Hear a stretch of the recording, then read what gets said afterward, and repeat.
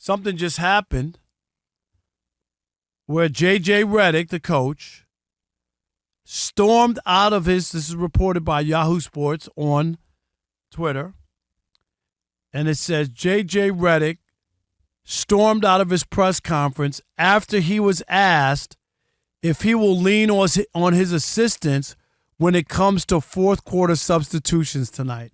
So apparently it's gotten under his skin that he doesn't know what he's doing, or he can't coach, or he needs help. And he's like, well, of course I talk to my assistants, of course. And it all comes off of him not having any playing the same five guys for the second half. Yeah. I mean, that's what it is. And the Lakers, you could say it didn't matter, but they look tired. Would you say that? The numbers. The numbers didn't bear it out that they were fresh. What was it? 1 for 7 from Luka and Bron, and 0 for 2. Bron not scoring, and not to mention you got to add a couple of things up, Rob. LeBron is 40 plus. We all know that. And Luka was coming off that illness where he didn't sleep all night. The night before, and I right, understand that you're going to play them heavy minutes, right? I get that. But you got to give him a breather. There's a TV timeout. There's moments you could sneak a couple minutes. The whole second half. We get the fourth quarter, right? Last 12 minutes, everybody's locked in. I can understand that. But there's another previous 12 minutes where you could have. And also, like I've said before, you find a way to get in another guy for a spark. Maybe you throw Dalton Knecht in. You say, hey, man, let that thing fly. Knock some shots down. Or, hey, man, Vanderbilt, all I need for you to do is get in there and heckle and hassle and rough up the game on Anthony Edwards. Just follow him around, be tough on him, be hard on him. You know what I mean? That's, for me, the other side. It wasn't just Luke and LeBron the heavy minutes. It's the lack of creativity trying to figure out something else with the other few players. And I know that their bench ain't the best in the world. This ain't OKC. This ain't Boston. But my goodness. You got to give those guys a blow. Yeah. And so he's offended that they would even ask him that question. Stormed off. And I don't think that's a bad question by a reporter. No, he's a first-time coach, so he's never coached before. Yeah, you're asking a question. Yeah. You're a first-time head coach. On any level. In the postseason, you got two heavy mega superstars, and you got guys who've been there, done that. And your assistants. He had a great assistant. And you lost the game in the second half where your guys seemed like they were worn down. Yeah. And you played only five players the entire second half. And they did the stats. So somebody came up with the stat and said it hadn't been done in the NBA since 1997. So it ain't like it happens all the time. And he was mad. He was saying, every time out, I speak to my assistants. And so he was aggravated about that. But it does lead to the conversation you and I are going to have, which is if the Lakers lose tonight, you have the thought process that it proved Nico Harrison correct and the Mavericks were right. Is that what I'm hearing from you? Let me give you my full attention. Yes, I want you to get if they get knocked out in the first round, that is, will you admit nobody in their right mind putting Luka and LeBron together would imagine they would get knocked out in the first round, and as easily as they would have because it'd be a 5-game series. Agreed. Okay, and my point is, while Luka has scored, he's also given up a ton. He doesn't play defense at all. It's glaring. I'm just saying, if you lose, if you win. And he's putting up 38 points, then, you don't care about what he gave up on the other end. But when you're losing, you can look at it a little differently.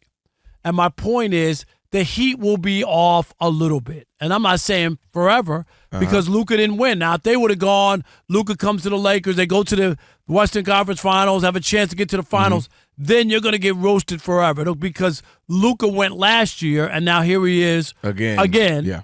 And you just handed the Lakers. Do you see what I'm saying? Mm-hmm. And I think that works in favor. I'm not saying that ultimately they'll always look to see if Luka wins and what happens down the road and what happens when AD's healthy and Kyrie's healthy and all that and see if the Mavericks can make any kind of run.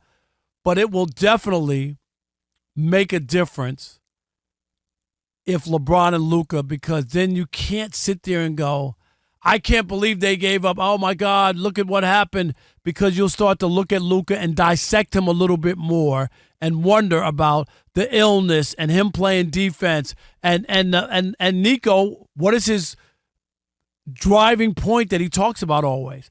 Defense wins championships, which is a knock on Luka, right? Yeah. It's a veiled knock, but it is a knock. Yeah, That's what he keeps saying. He never said it, but no, we know what you're implying. Nope.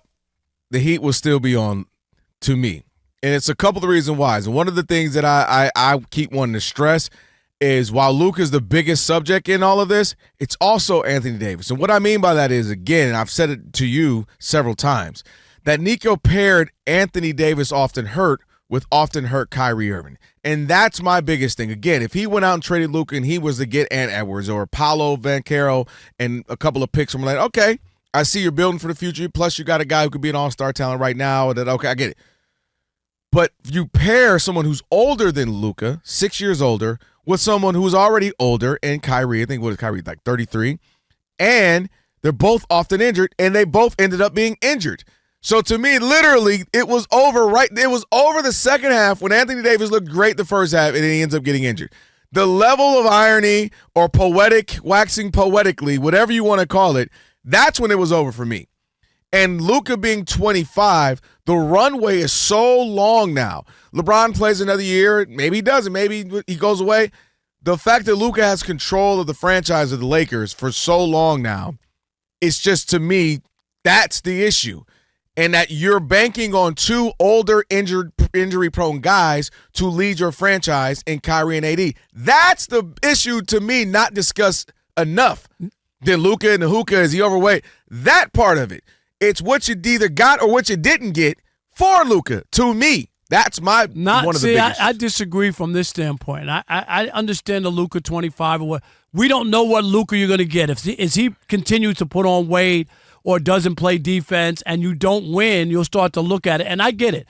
But the first inkling, and you could go back and look at all the NBA analysts who all picked the Lakers, all of them.